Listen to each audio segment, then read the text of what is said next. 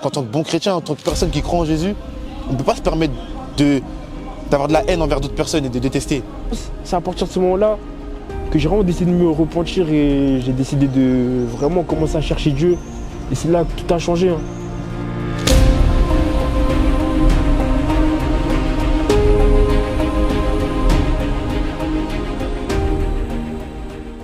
Alors bonjour, moi je m'appelle Emmanuel, j'ai 20 ans, bientôt 21. Et là, on est dans mon quartier, ça fait quelques années que j'habite ici. J'ai déménagé malheureusement et je suis chrétien et voilà, tout ce qu'il faut savoir. Alors moi c'est Mathias, 21 ans, ami depuis petit avec Emmanuel à côté et elle va vous présenter la sorderie.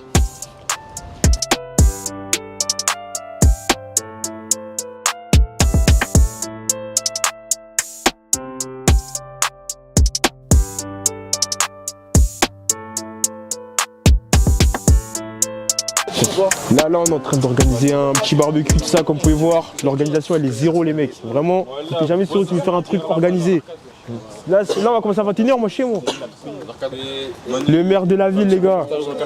Merci, merci. Ça fait plaisir, il a organisé un petit barbecue. Non, c'est bien, franchement. Merci, franchement. Le maire vraiment. Non, c'est vous. En vrai, c'est dans le balcon, il n'y a pas de temps. Là, du coup, on va faire un petit tour de la cité. Je vais vous présenter tout ça un peu, comment c'est et tout, le décor, le bâtiment. Et là, en attendant, les humains ils sont en train d'organiser le petit barbecue, tout ça. Là vous êtes un peu déchiré, Doumski. Mais vous avez pas dit, les gars. Futur boxeur, faut vous brancher, les gars. Là, à gauche, là. Fou. Là pour l'instant, on gère le barbecue pour l'instant, ok. Pour l'instant, on gère le barbecue. Ah Doumski, je mets dans le barbecue les charbons. Vas-y. Tiens, tu bouges. Mais comment ça, tu travailles?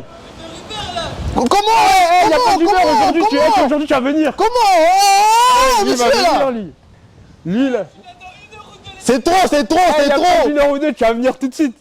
Qu'est-ce que tu racontes? Et ils vont tous se ramener après, tu vas voir. Bien sûr. Eux, ils ont un détecteur d'odeur. Ils vont voir le barbecue. Ils vont sentir la fumée là. C'est comment les gars? Souris un peu. Petit. Tranquille, il y a un barbecue. Hein. C'est comment mon gars? Après, il y a un petit barbecue. Ouais les gars, il y a un barbecue après si vous voulez. Venez récupérer vos merguez, c'est bon? Yo quoi? Tranquillement? Ça va bien? Ça va ou quoi? Alors on reconnaît les fans de Naruto là. On reconnaît les fans de Naruto. Vas-y tout à l'heure. On arrive au carré des arcades. Là, on arrive au carré des arcades. Allez des arcades. Sandro entraîne souvent. Le design, l'architecture, elle est atypique quand même. Elle est atypique. Il y a vraiment plein de gens qui sont venus faire des clips ici. Comme Nino, Nekfeu, tout ça. Dossé. Il y a des séries qui sont tournées ici. Ouais, il y a même des séries, tout ça. C'est vraiment, on va dire, un endroit culte du quartier. Ouais, souvent on dit que ça ressemble à... On peut pas présenter ce quartier sans passer par là en fait. C'est vraiment impossible. Impossible. Ici, là, on dit on est en Italie, les gars. Vous allez comprendre pourquoi. Des fois, il y a des séries qui sont tournées, des fois, il y a des camions, des caméramans, des acteurs, ils sont là. Même Casa des Papel, les gars, SKG, c'est important de préciser. Voilà, ça vient d'ici. Notre quartier, 90 millions de vues. Voilà, il y a Oxygui, il y a plein de rappeurs qui sont passés par là. Il y en a plein. Plein de gens. Eh, mais c'est Iman ça. Ah. Ça va Iman? Qu'est-ce que tu fais? Tu vas bien? Oui. Ça va? Tout à l'heure, il y a un barbecue. D'accord. Tu prends ta merguez, c'est bon? À la résidence. Car là, c'est une petite place. C'est original quand même. Hein. Vraiment, c'est pas tous les quartiers qui sont beaux comme ça, les gars. En fait. Ouais, ici, là, on dirait toujours. T'es en bord de mer, wesh. Ouais. Ne sautez jamais dedans. Si vous sautez dedans, là. C'est les bons sur les épidémies.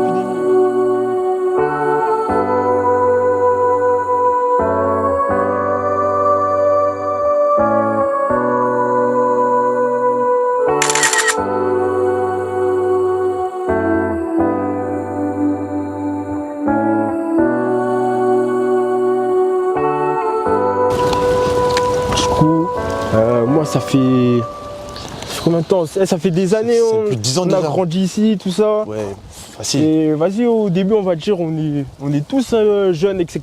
C'est bon enfant. On se retrouvait au City, tout ça, on tapait des foot, faisait des 15. Moi, je me faisais beaucoup allumer au cul rouge. Hein. Ouais, pas trop fort au football. Ouais, non, je suis pas trop fort, les gars. Je faisais beaucoup allumer tout ça. Après, j'ai fait aussi un petit peu de la boxe, etc. Lui, il m'a suivi. Mais bon, il m'a dépassé. Les gars, une fois, il m'a mis KO. Et voilà, en tout cas, on a été... On va dire, on a grandi. Quartier, vous connaissez. Il y a les grands chez nous, tout ça. Les formations, ce genre de trucs, dans les sols, les caves. Service militaire, comme on appelait ça. Ouais, service militaire. Ah non, c'était vraiment dur. Une fois, il s'est fait taper, là, petite anecdote, là. Il s'est fait taper et il saignait de partout. Sinon, après, on a eu quand même pas mal d'histoires, en vrai. Ouais, bah, On a en vrai, vraiment... en mode de vrai, c'est quoi? C'est on a des grands de notre quartier qui se sont mis à faire du rap. Et il y a un de leurs sons qui a bien pété. Ouais. C'est SKG, Casa de Papel. SKG, ouais, Casa des Et Papel, tout ça. bah, suite à la réussite de nos grands frères, Ouais. le quartier d'à côté, On va pareil, dire... ils n'étaient pas d'accord avec la réussite et le projet de nos grands frères. Du coup, ils sont venus nous chercher des noises, on va dire. Et suite à ça, il y a eu des histoires, hein, comme on dit, les en vrai de vrai, on ne sait pas si c'est histoire de jalousie, mais en tout cas, on va dire dans la ville, il y avait quand même, une tension. on va dire, des tensions, parce que, on va dire, on était un peu les deux quartiers les plus chauds de la ville. On aime bien se Les tester. gens, on voulait savoir Qui était le c'était plus fort. les plus forts, tout ça et tout, nanana. C'est-à-dire, pour un rien, ça partait en embrouille, ça partait en histoire, etc. Et du coup, comme il a dit, quand on va dire, ça arrive en même temps, après, je sais pas si c'est de la jalousie ou pas, etc. Mais quand ils ont laisse percé, le c'est bénéfice vraiment du que doute. là aussi, nos histoires, elles sont arrivées avec eux. Parce que quand on était petit, on avait déjà eu des petites tensions, des petites têtes à droite, à gauche, etc. Mais après, sans plus. Voilà, toujours ça finissait par se régler, voilà. Ouais, Ça se toujours, réglait vite finissait fait. par se régler. On va dire, nos grands, ils étaient potes, tout ça, ils traînaient ensemble. Voilà. Ensuite, on va dire, l'histoire, elle a vraiment pris, elle a pris de l'ampleur, une ampleur vraiment... Du jour au lendemain, ça a Ouais, pris du de jour au lendemain, l'ampleur. ça a pris une ampleur de ouf. De fou. C'est Hein. parti. C'est ça qu'on peut dire. Hein. Ouais, c'est parti C'est de parti petites loin. bagarres à plus grave. Ça Ouais, commençait, voilà. voilà. Ça a commencé par moi en fait. J'avais une petite embrouille avec un gars de là-bas. D'ailleurs, il se reconnaîtra. Et vraiment, en fait, on s'était battu une fois. Moi, j'étais au lycée à côté de chez eux. On s'était battu une fois, etc. Et après ça, en fait, les histoires, on va dire, elles n'étaient pas réellement réglées. Il y avait toujours des histoires, etc. Et puis un jour, ils sont venus chez nous. Ils sont venus chez nous et là, ça finit en mêlée générale, grand, petit. Ouais, ça a dégénéré, ça a tout Et mélangé. après, les gens, il n'y avait plus de dialogue à partir de ce moment-là. Voilà, Et c'est vraiment là, à que partir les de ce histoires- soir-là, il y a eu une Ouais, descente et que tout. les histoires elles ont vraiment Et commencé. là, ça a vraiment Que commencé. là, en voilà, fait. que la petite amitié qu'on avait avec eux, ouais, c'était Ouais, brisée. l'amitié, elle était brisée, tout ça. Là, il n'y avait plus de retour en arrière à partir de ce moment-là. Et suite Il y a à vraiment ça, plus de retour. c'est continuer à aller à l'école, savoir que les gens ils peuvent venir te chercher, les guet-apens, tout Ouais, ça. c'est ça. Moi, en fait, C'est compliqué. Hein. ouais, moi, j'étais au lycée là-bas carrément. Et en fait, mon lycée, c'était vraiment l'endroit, on va dire, où ils traînaient, etc.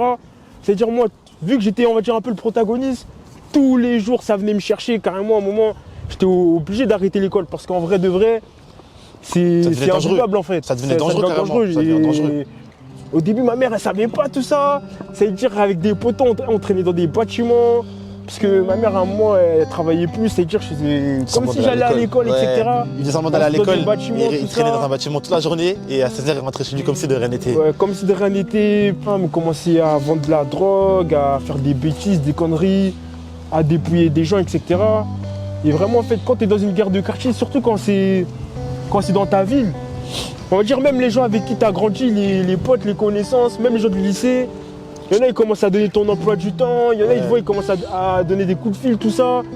Tu commences à plus faire confiance et Ouais, moi, à je faisais plus confiance admirer aux tout le gens. monde. Et moi, vraiment, c'est une période de ma vie, on va dire, elle est sombre, hein, parce que je me suis vraiment renfermé, en fait. Je sais pas comment vous expliquer ça, mais je me suis vraiment renfermé. J'étais vraiment H24 quartier, matrixé. Je sortais de chez moi à 6h du matin.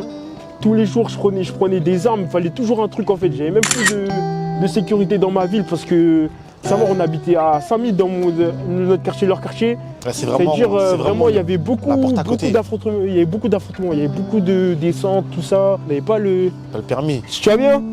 C'est tranquille. Ça va? Ouais, c'était les mêmes gares. On descendait à la même gare, tout ça. On n'avait pas le permis. C'est-à-dire, on se croisait partout. C'est ça, et comme on est tous au lycée, ça finit presque tous à la même heure. Voilà, mais tu fréquentes les mêmes grecs, tout ça. C'est-à-dire, petit à petit, ce qui s'est passé, c'est qu'en fait, nous, on va dire, on avait une zone, on va dire, un peu comme notre territoire vers notre quartier, un peu.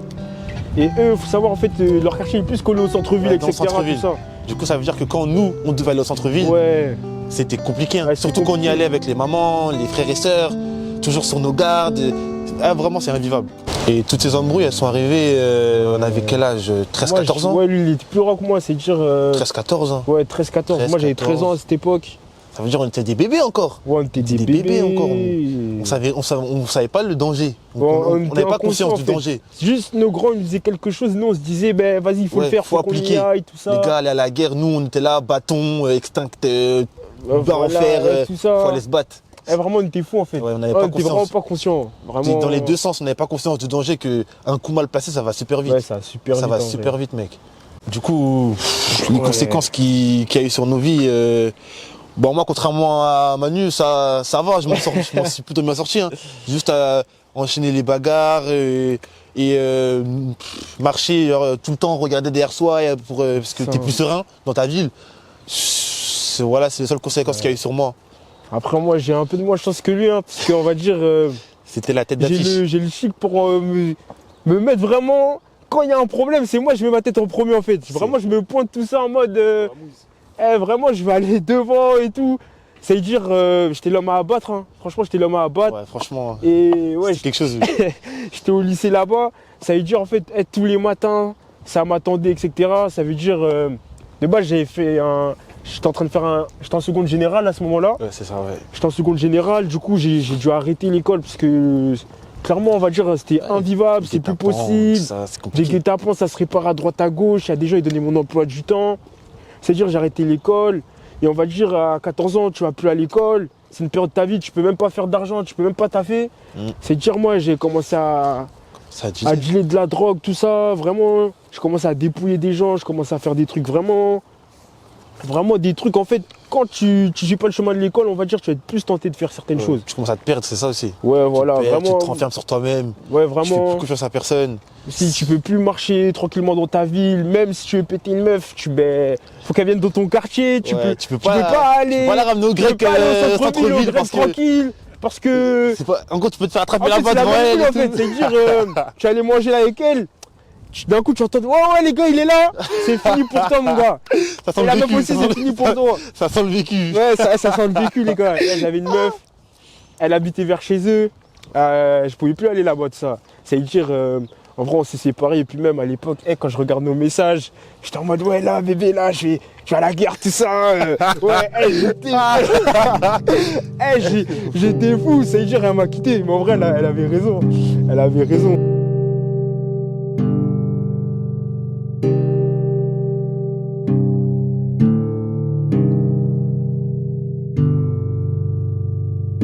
L'événement qui a intensifié la guerre, vraiment. Franchement, c'est la balafre. Sans hésiter, hein. C'est le rappeur SKG, Sidi.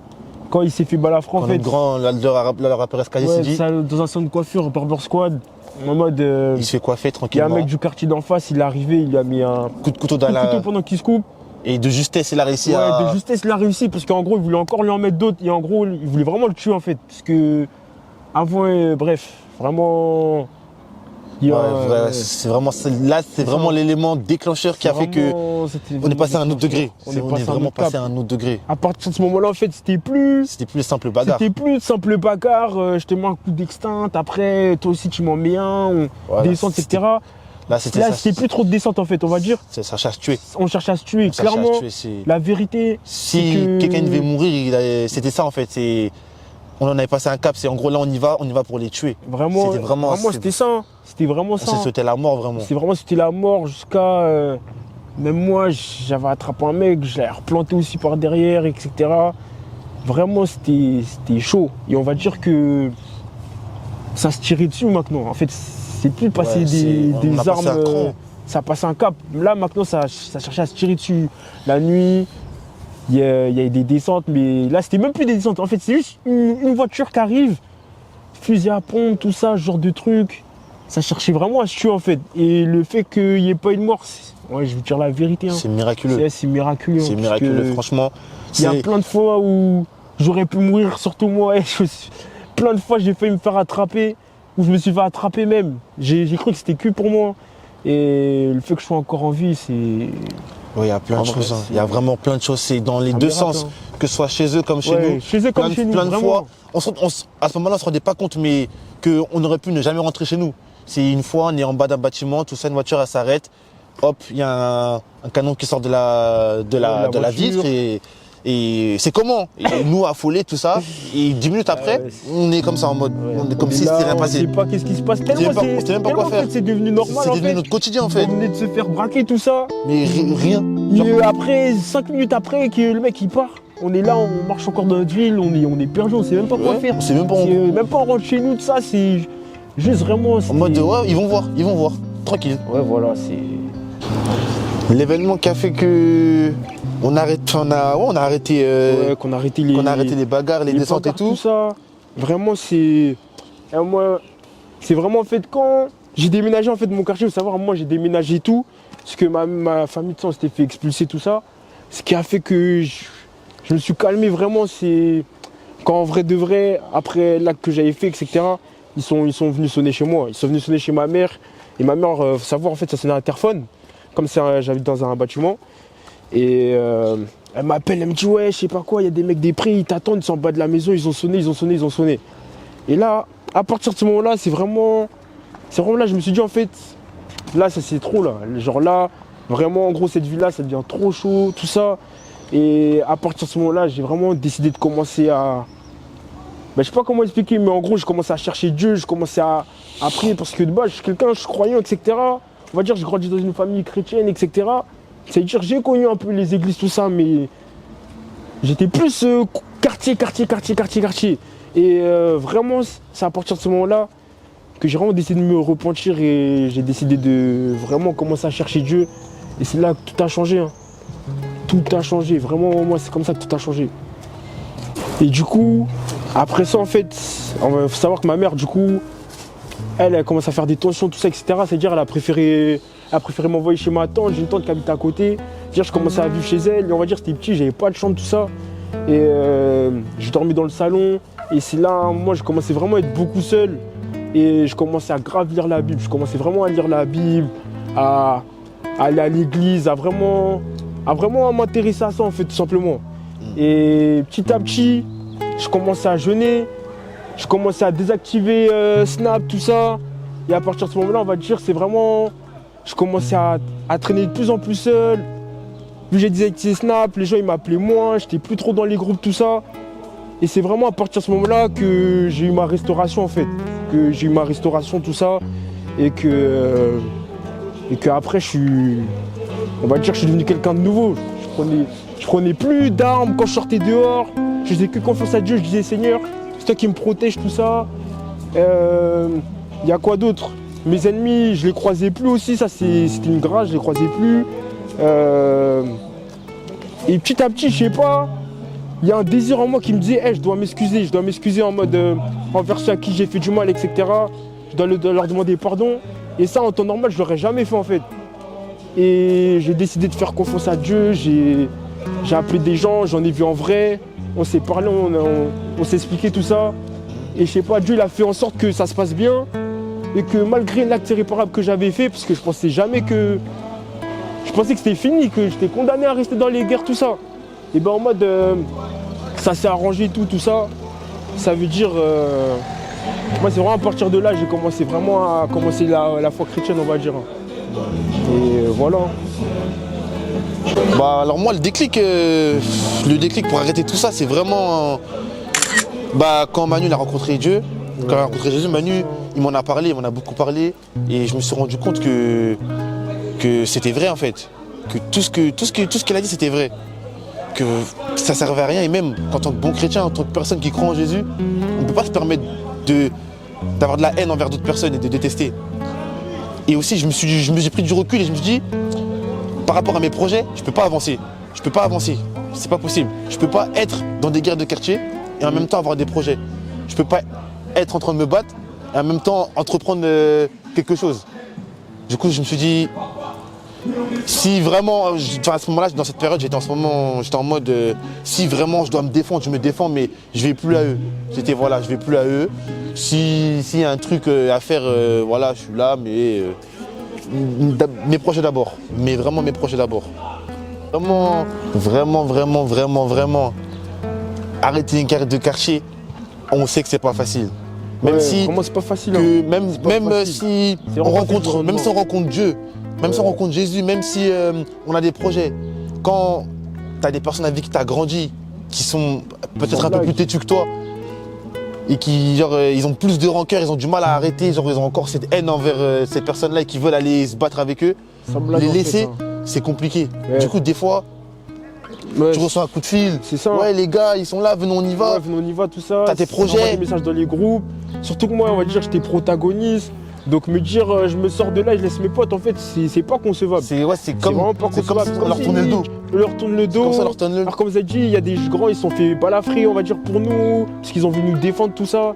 Ça veut dire... On voulait vraiment que cette guerre elle s'arrête. On voulait vraiment que ça s'arrête. On voulait vraiment que ça s'arrête. Et Du coup, ça s'arrêtait de la meilleure des manières possibles. la meilleure des manières possibles. La Carrément, meilleure des on aimerait manières. que toutes les embrouilles de quartier, Ouais, que ça toutes les reste de la embrouilles, même que tout le façon. monde, que ce soit des quartiers plus chauds que nous, moins chauds que nous, ça se finisse pareil de la même façon.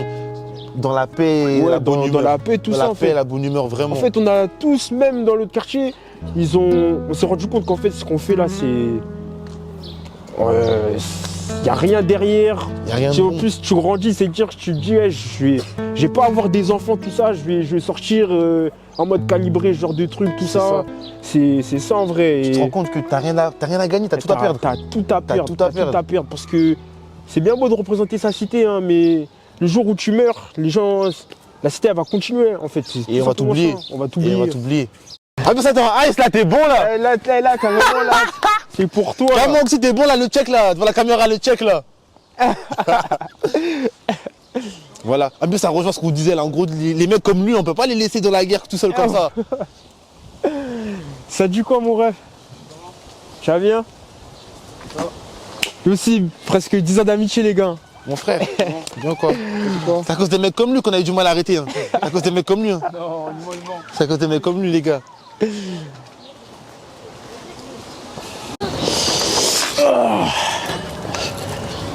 C'est plus dur à arrêter. C'est dur à arrêter. En vrai, il y a beaucoup de trucs, c'est dur à arrêter. Hein. Mais sans hésiter, en vrai, c'est le quartier les gars. Ouais, c'est le moi- quartier, les potes. Moi pour moi c'est le quartier, me détacher de mes potes, tout ça.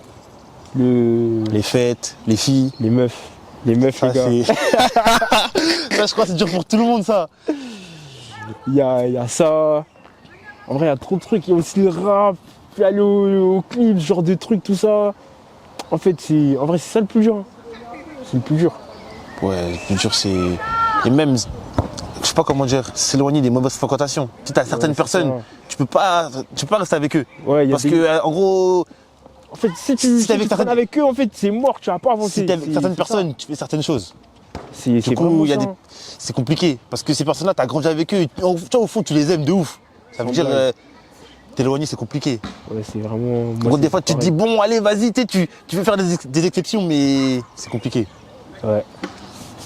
Bah, Comme conseil que je peux donner aux plus jeunes, même aux gens de notre âge, et un peu plus grands de ça, sans faire l'ancien, en vrai de vrai, c'est vraiment l'entourage, choisir des bonnes Ouais, fréquentations. Parce que, on va dire, dans notre clique, il y a toujours un mec qui est toujours plus calme, il va te calmer à chaque fois, il va te dire, ouais, là, tu fais ce bull, tout ça et tout, nan, nan. ouais, il va te... Et t'as vu, on sait qu'il dit la vérité, mais ces gens-là, souvent, on les met de côté. on les met un peu de côté, tu On se vois. dit, ah, vas-y, ils sont Ouais, nuls. vas-y, en gros, tout ça. Alors qu'en vrai, c'est eux, ils ont raison. C'est eux, ils veulent votre bien. Il y a quoi d'autre? Si vous avez un objectif, des rêves, enfin, en gros, une passion, tout ça et tout, vraiment, tenez-vous-y, en fait. Ouais. Lâchez pas la route. Et après, le reste, logiquement, c'est Dieu. Hein. En vrai de vrai, c'est Dieu. Priez tout ça pour vos projets, etc. S'il y a des trucs, vous n'arrivez pas à arrêter, en vrai. Avouez-le, en fait. Dites-lui la vérité. Vous n'arrivez pas, tout simplement. Soyez honnête avec vous-même.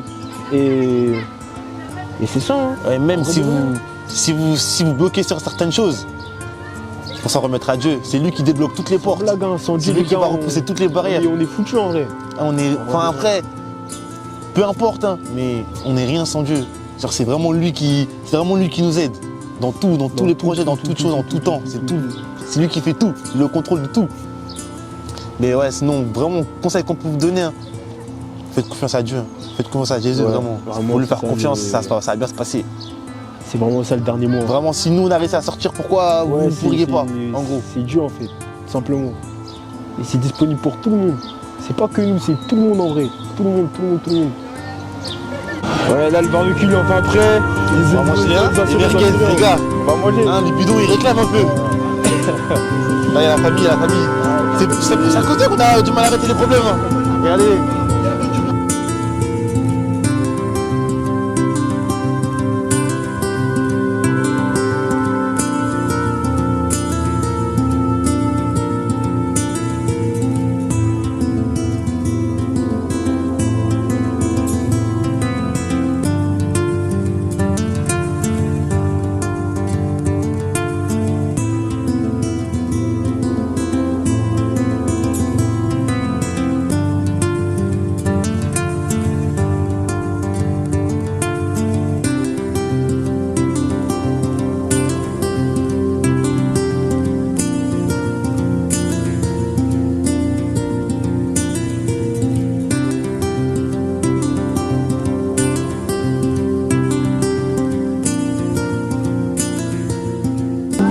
Salut la team, c'est Sidoff de la SKG, je suis leur grand frère.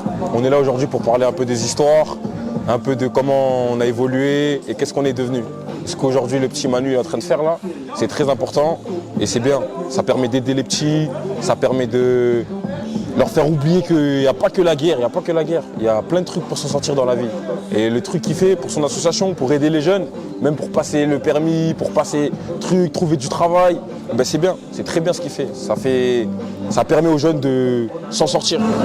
On a été impliqués dans des histoires qui ont stoppé nos projets et qui nous ont aujourd'hui mis beaucoup de bâtons dans les roues. On a défendu nos petits frères il y a quelques années maintenant, on est rentré en guerre avec des gens, ça a pris de l'ampleur, histoire d'armes à feu, histoire de couteaux, bref. Aujourd'hui, ce que le petit Manu est en train de faire, c'est très bien. Il aide les jeunes à pouvoir se construire. Parce qu'ici, on n'a pas forcément la possibilité. Bon, il y a pire, hein, mais voilà. Les gens ne sont toujours pas là à nous aider. Voilà. Et ce qu'il est en train de faire, aider les gens pour passer leur permis, par exemple, trouver un travail, pas être tous les jours à vendre de la drogue dans le quartier. Non, c'est bien. Voilà. Ça permet aux jeunes de réfléchir, penser autrement. C'est bien. Franchement, c'est propre. On le soutient à 100% en tout cas. En tout cas, ça fait plaisir de ouf de la part de mon grand frère, tout ça. Et sinon, est-ce que tu as un petit truc à rajouter quand même? Sinon, à part ça, il y a le projet. On est là, retour dans la musique 100%. Rendez-vous à la rentrée pour un projet de folie. C'est Sidoff, la SKG, Sourderie, ça bouge pas.